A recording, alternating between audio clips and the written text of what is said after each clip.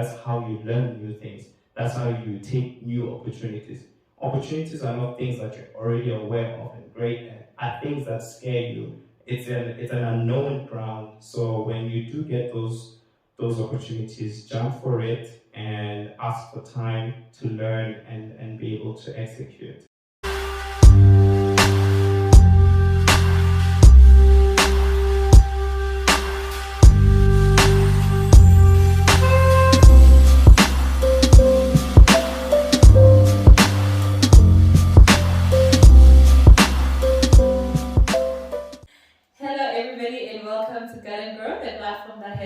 Created in order to foster a personal relationship with God and, of course, encourage holistic growth through professional expertise and personal experiences. I am your beautiful host, Tubeki Maduma, and I am here chilling with the Tsonga Prince. Boo, boo, boo, boo. Musa Rikhotso, hello. Hi. How are you? Good, thanks. How are you doing? Good. Thank you for honoring my invitation. Thank you too. You were actually not hard to get it. Yeah, I'm available. Ladies. Not like that. It's taken. Chill. Okay. How are you? How's life? How's 2023? I'm great. 2023 is good. The only thing that's really happening this January is too much work, but I think I started it with a good note. I went on a road trip. Ooh. Yeah, to Pumalanga. It was nice. Yes. Who did you go with? My siblings. I went with my sister and 3 of my nephews. 3-year-old, 6-year-old, 19-year-old. Okay, I take it. I think they really enjoyed it. I thought you went alone. Okay. No, I did not go. I don't do solo location. Maybe when I go to Europe, I can go alone because it's too much money. I'm not gonna. But you know, Nate, the woman that I'm looking at right now, you know, you and I need to sit because this man is being unfair right now. So tell me about work. What do you do? I am a senior enterprise applications analyst or developer. Software engineer would do. Yeah. I do those things. We build technological solutions for the company. Yeah. Did you see my face? Because I was like, that's a lot. It's a big word. Yeah. But that's my job title to say. Yeah. Not the longer the But let's make it shorter. I'm a senior developer. Okay. Is that fine? Yes. Because I was about the longer the title, the more the money. Yeah, maybe. A CEO is like a very short title, but the money is a lot. Okay, I see. Don't matter. I'm not gonna ask for coins. It's fine. When did you study to be? Wait, when you went to university, is there the course specifically for what you are now, or you have to study something else and then you level up to what you are now? I'm actually doing what I studied. Okay. Yeah. When I went to university, I wanted to do computer science, but my first choice was it's called, I think at UJ it's called computer, software, hardware engineering. Okay. So I wanted to deal with the software aspect and the hardware aspect, but I ended up at WITS, which is a very academic institution. So the computer science there, it's more focused on the software aspect. And even deeper than that, let's just say you learn not how to do things, but why you do those things. So the approach for problem solving is from the standpoint of why does this work and why should you do it like this? Okay. So I had to learn the practical aspect once I started working. Okay. Yeah. You know why I invited you here, right? No, I'm gonna tell you. No, I don't. Tell me. Because you, to me, right? Mm-hmm. You seem like this person who is organized, who is very passionate about career development. So I was like, who better to have this conversation with, right? Yeah, good pick. I've mentored some people. I've mentored myself. I've been mentored. So yeah.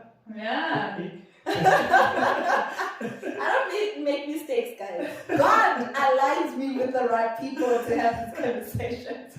Yeah. Start off with your journey at Wits. How was university life? Oh, I didn't want to be at Wits. I have to be honest. When I was still in high school, my dream was to study in UCT. Yeah. I thought it was the best university, and I thought I was going to enjoy the computer science there. But in my mind, the best computer science I needed was from UJ, but I wanted to go to UCT. But my mom was like, no, it's too far. They don't just mark you, you might end up losing your life. So there were too many reasons, and I ended up settling for Wits. And first year was great, very challenging but great. I encountered a lot of new things. I didn't know what was programming before I went, but I learned a lot. Okay. Yeah. Post-university, you get to work. Let's get right into it as we're talking about career development. Yes. What is the first mistake that you believe every new employee does the first day of work? They think they have to know everything, and they have to make an impact within the first week, first day, first month, or first 6 months, and it doesn't work like that. It's a game of patience. But like, first impression matters. Yeah, it does. From my experience, I think the first impression you want to make is to just be yourself and be honest. Obviously, you're still starting, you still have a lot to learn, so be curious, ask questions, be willing to meet new people, try to understand what they do, how they do it, and I think that is what will help you become more stable and comfortable in your space and learn a lot more and know where to get help. Yeah. So I think maybe the first mistake that we also make is people don't work on their network. Okay. They just want to know who's their boss, what's my job, and do I need to work with someone, and they leave it there. But it's actually more than that. When you enter an office space, wherever you work, there's a lot of people. So you have to be open to becoming their associates in a way that you understand what they do, roughly speaking, who they are, what they like, and you can always go to them and talk to them. That way you will find yourself having these many mentors very early. Yeah. When I come into a new place, I want to make sure that I do not offend anyone. Okay. Obviously, when other people ask me, especially the seniors, please do this for me, please do that for me, and whatnot like that. How do I get all that done and still not lacking my work? Or how do I balance not doing somebody else's work and not seem rude by saying no? That's a good question.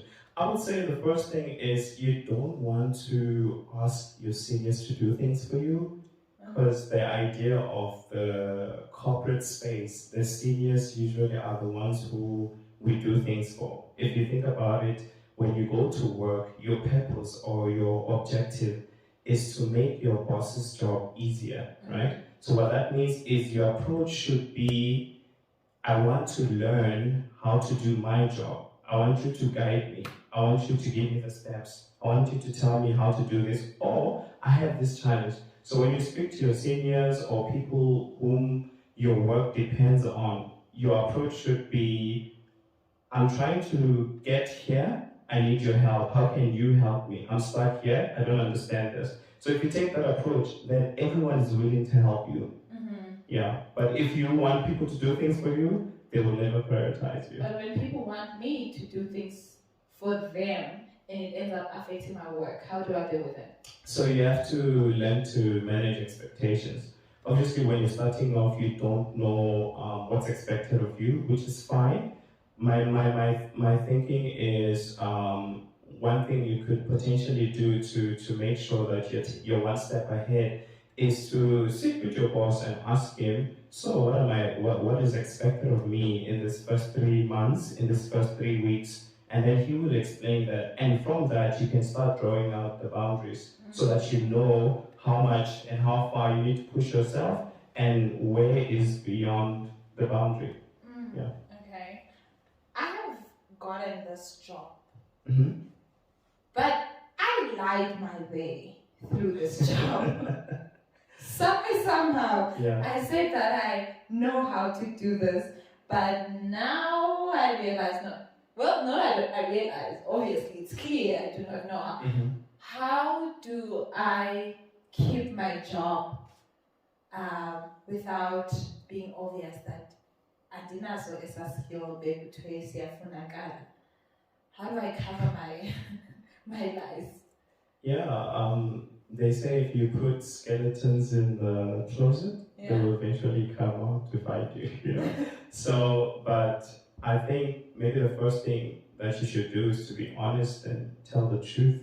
That doesn't mean you have to come out and confess, but if you realize 3 months into your job, 3 weeks or 6 months that you actually still don't know what you're doing, or you actually feel you don't have the skills, it means you need to go back to the drawing board. Have a meeting with your boss and say, hey, I've been working for 6 months, I've been working for 3 months, and I feel like I'm not making progress. I feel like I still don't understand ABC. What can I do to make myself better? And then I think your boss, people who are like your boss, supervisor, and things like that, they really appreciate someone who's always thinking of improving and doing their job better. Because they know that if those who are under them do a great job, it means their lives will be easier. So I think if you take that approach, you will already have your boss's favor or the people around his favor. Of course, you will have people who don't like you. You have people who like you. You have people who are trying to bring you down. It's just part of the game. In anywhere we go, we do encounter enemies. We do encounter people who don't like progress, who are comfortable where they are, but you have to understand how to play the game. It's a game. You keep on repeating that. Like, it's a game. It's a game. What are the most common, or rather, let me ask it this way. What is the most common irrelevant information that is noted in the CVs that you've seen?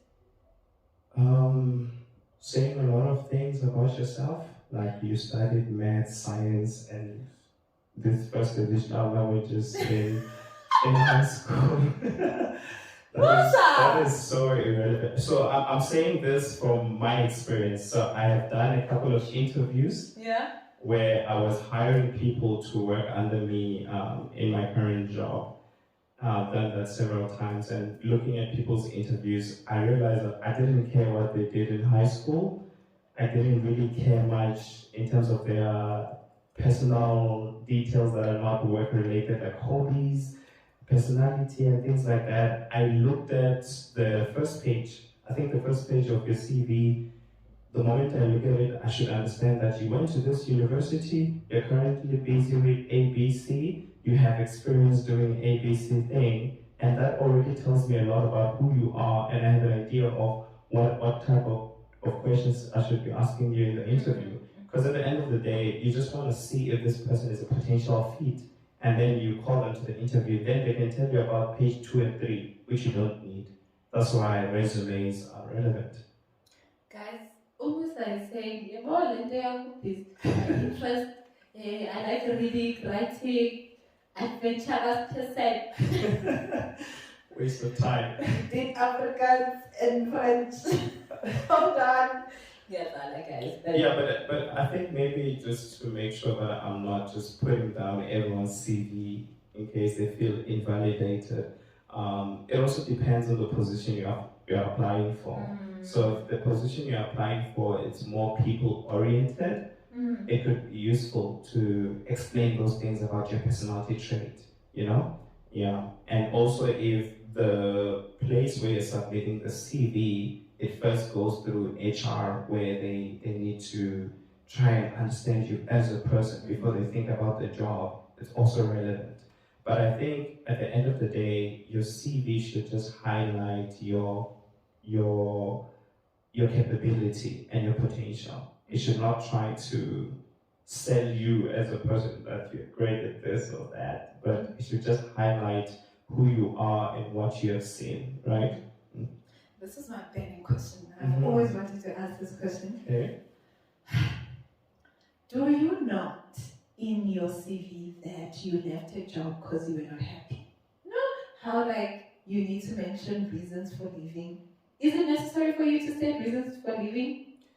No, it's not relevant. I think those are questions that should be discussed in an interview. But in your CV, what you want to put is your experience, where you've been. Okay. If you only worked at that job for 3 months, still put it there. If it's 3 weeks, still put it there. And then if they're interested, they'll ask you that in this 3 weeks, what happened here? Why did you work for 3 weeks? And then you have a story to tell, right?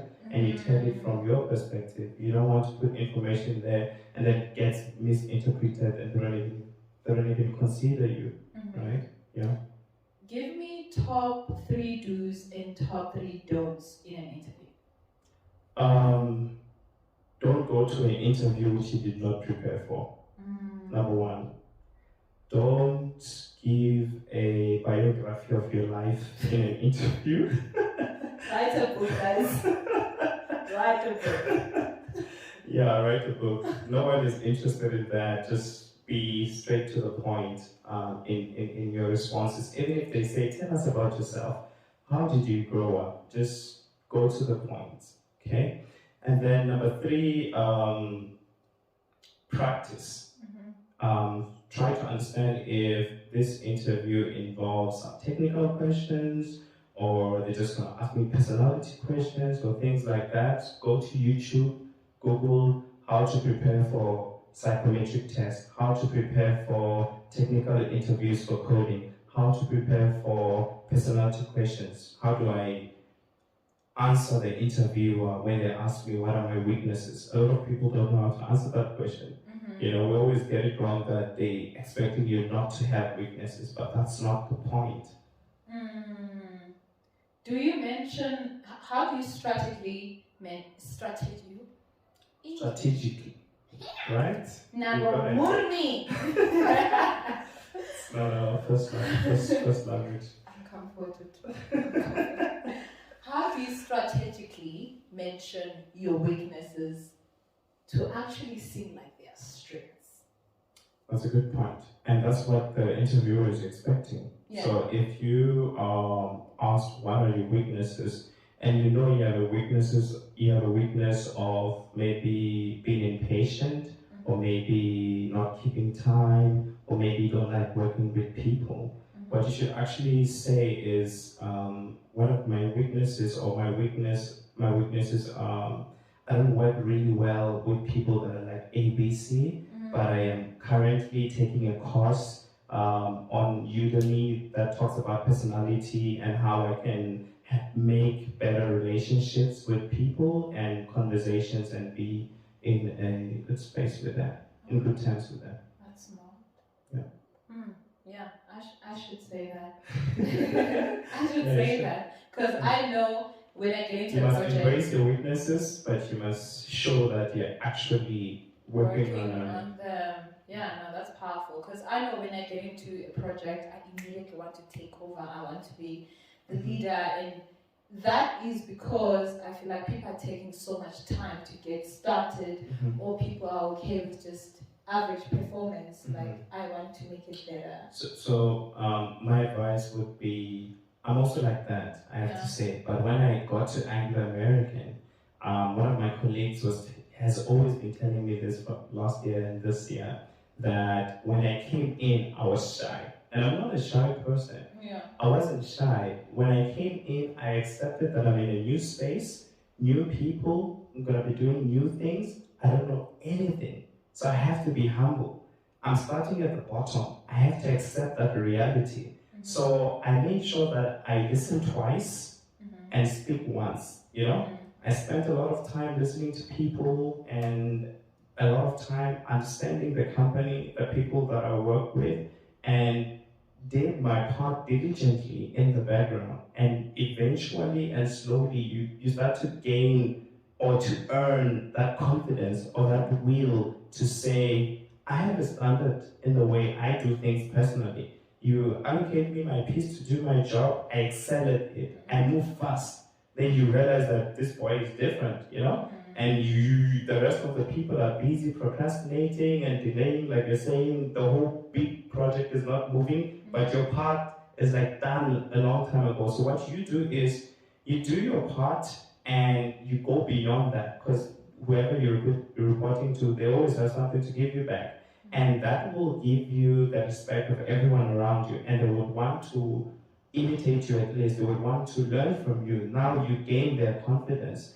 Now you gain that power to inspire everyone to say, guys, we can do better. In anything we do, we can actually excel. People do acknowledge competition. Sometimes they might not like it, but in the back of their minds, when they would watch you with those shifty eyes, but once they see you deliver, they respect you, even if they don't like you. Right? Yeah. That's how you take over. You have to stand your ground, be authentic, be truthful, and be consistent in it. Exactly. Because sometimes, like, you do some great thing, you only do it once, and then you expect people. And that's the rest. Exactly. Don't stop. They must say, this guy is different, I'm telling you. Yeah. Once people start speaking about you like that at work, just know better things are ahead of you. Do you feel like, as Christians, it is even more necessary for us to stand up? Definitely.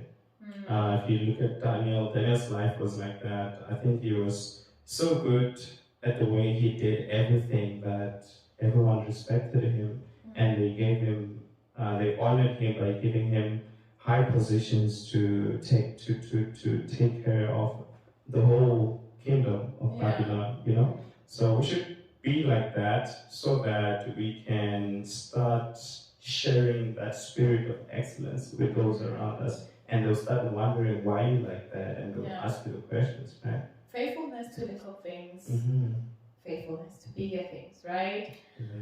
Is it okay for one to ask for a promotion? Yes, it is.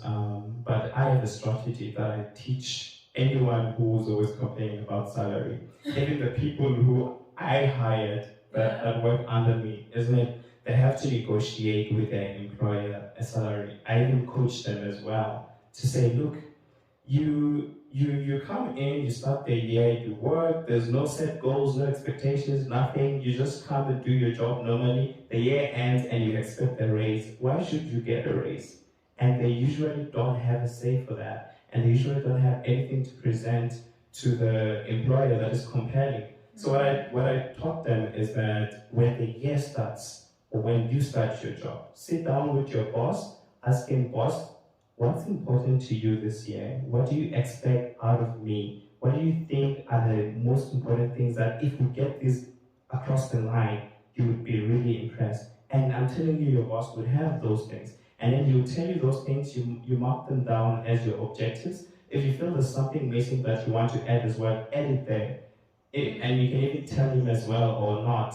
And then what you do is anything you do from there is based on your objectives. Your planning, how you do your work, how you prioritize your work. So you keep your head down, you work hard for those first 6 months or the rest of the year, and when the time comes when you now want the promotion, you go to your boss and say, boss, let's have another meeting. When the year started, we talked about A, B, C, D. I've crashed all of those things. I even went beyond that. I think now it's time that I get a little bit higher position. I was thinking I could contribute in this way, in that way, in this and that. You haven't spoken about the money. And your boss obviously can give you feedback to say, yeah, you really impressed me, yada, yada, yada. And that's good. And from there, you're now negotiating from a standpoint of power. What makes people scared to ask for a big raise or promotion or things like that is because they negotiate from a standpoint of desperation. You're desperate that you might lose your job. Instead of getting there, you 10x your value. They are scared that you're gonna leave them. That's what you want. Yeah. The person who wins the negotiation is the one who cares best. So if you care about losing your job and they care less about that, it's not good. But if you make yourself so valuable that they don't want to lose you, then you are in the most powerful position. I like that, because most of the times when people want promotion, the first thing, I've been here for many years. A promotion is not based on timelines. I'm telling you, some people can double their salary in 6 months. Because they're in a position where they can develop a lot, but they've decided to settle like everyone around them. They have no plan. They did not talk to the boss what's important. They're just going with the flow. And so all of you cannot get the money. Remember, there's a principle called Matthew's principle. Yeah. To whom who has more will be given to him. Basically, what they're saying with this principle is that 80% of the world's, it applies to a lot of things, so I'll just give an example. 80% of the world's wealth is sitting with 20% of the world's population, or 1% even. 80% of the produce that you generate as a bunch of employees, maybe there's 10 of you, 80% of the work is done by 2 people. If there's 10,000 of you, 80% of the work is done by 2,000 people, less than that. So the idea is things get given to those who do more. If you have an opportunity and you take advantage of it, you'll be given more opportunity. So that means in terms of earning, it translates to that. Your value translates to your salary. And if you see it like that, that I have to develop myself, I have to always improve, I have to do more than these other guys, I'm going to excel and try to be the best version of me I can be, then you will be honored and you will come out of being like everyone else. The problem is people want to be like everyone else. So settled. Wake up 9 to 5, no passion. Ish. Ouch! I felt that. It's not talking about me, but I felt that. And you know, previously, I think I had felt like that in some of my workplaces, where you feel like you're really trying your very best, and everybody wants you to be average. How does one deal with people who make your life difficult because you are going above and beyond? Sure. When I started at Anglo American in 2019, I was part of a team where there was a guy who was our supervisor. So this guy tells us what we need to do, how we need to do it. He's the one who does this. So this guy, because of the way I want to do things and the way I'm passionate and I want to do things really well and move fast, it wasn't necessarily like that. He wanted us to be in a specific way. And I was always not verbally, but against it by the way I conducted myself, right? Because I had my own standards that I believed in. So I did not disrespect him. I knew that he didn't like me for that, but I kept my mouth shut, kept my head down, I worked hard, and whatever he needed from me, I gave him that. And I did not allow him to put me in a place of desperation or where I feel weak. When he would give me something just to poke me, I would take it with both hands proudly and work hard on it, right? And I tell you what, there's always someone watching. Wherever you are, you might think that it's only your enemies who are watching, but someone is watching. And I worked hard that year. I remember when the year ended, my boss removed this guy. He removed me from being under this guy because you could see that this kid is capable of going further. So he relieved me of him, he relieved me of his boss, so I was now working directly under my boss, and he sort of like made me my own supervisor, because he realized that this kid is capable, you know? It took me a year. I didn't see how that was translating, but all I knew, because it was my first year of work, is that I'm going to work so hard that someone would want to keep me here, because I know that if I do things like this, they're going to get rid of me. I'm telling you, there was like 4 of us who joined through the same program at Anglo. I'm the only one who, 2 of us stayed second year. Second year, I'm the only one who remained. Today, I'm the only one who's still there. You know? So it's all about believing in yourself and understanding circumstances and understanding what's required of you, you know? If you're under someone's command and you have no choice, it doesn't mean you have to allow it to suppress you. But you have to position yourself in such a way that you can come out of the pits. Oh, I love it. I love that. That was personally to me. As we wrap this up, what 3 words can you say to someone who is starting a new job and they're very nervous and they're just hoping they don't mess anything up? What 3 things do you want them to keep in mind? First thing is you make a lot of mistakes. Mm-hmm. Yeah, you do things that are not meant for you or they don't work out. So you will fail. That's the first thing. Second thing I would say following to that is that when you do fail, fail forward. Don't let your failures set you back. But pick yourself up and move forward. And by making those mistakes and learning from them, you can quickly grow compared to those who are making sure they don't make any mistake, making sure that they're not in a position where they can actually fail. Last thing would be if someone, especially your boss or whoever you report to, tells you to do something and you don't know how to do it, don't say you can't do it. Accept the responsibility and trust yourself that you're going to figure it out with time. So that's the approach that you should have. That's how you learn new things. That's how you take new opportunities. Opportunities are not things that you're already aware of and great at, are things that scare you. It's an unknown ground. So when you do get those opportunities, jump for it and ask for time to learn and be able to execute. I needed this. Thank you so much. Welcome. This was for me, guys. But I also hope that... I told them we must have a conversation. This was for me. I needed this. A whole lot is going on, but I'm really, really grateful. I think conversations like this just come at the perfect time, and that's why I believe that this channel, this platform, was godly structured and created and planned from the very beginning. And for me to be privileged to have such guests who are leveling up, guys, from one level to another, it's amazing. And I love this because we get to represent God. Amen. Wherever we are, we get to represent God because God requires the best of us. Amen. You know, when we say we are His, it should be clear out there in the world. Right? So thank you so much. You're welcome. Thank you too for having me. And thank you for the wonderful drink. Guys, Nick. Already forgot the beautiful name. What is it? Leonade. Leonade. So we're gonna have a Musnade.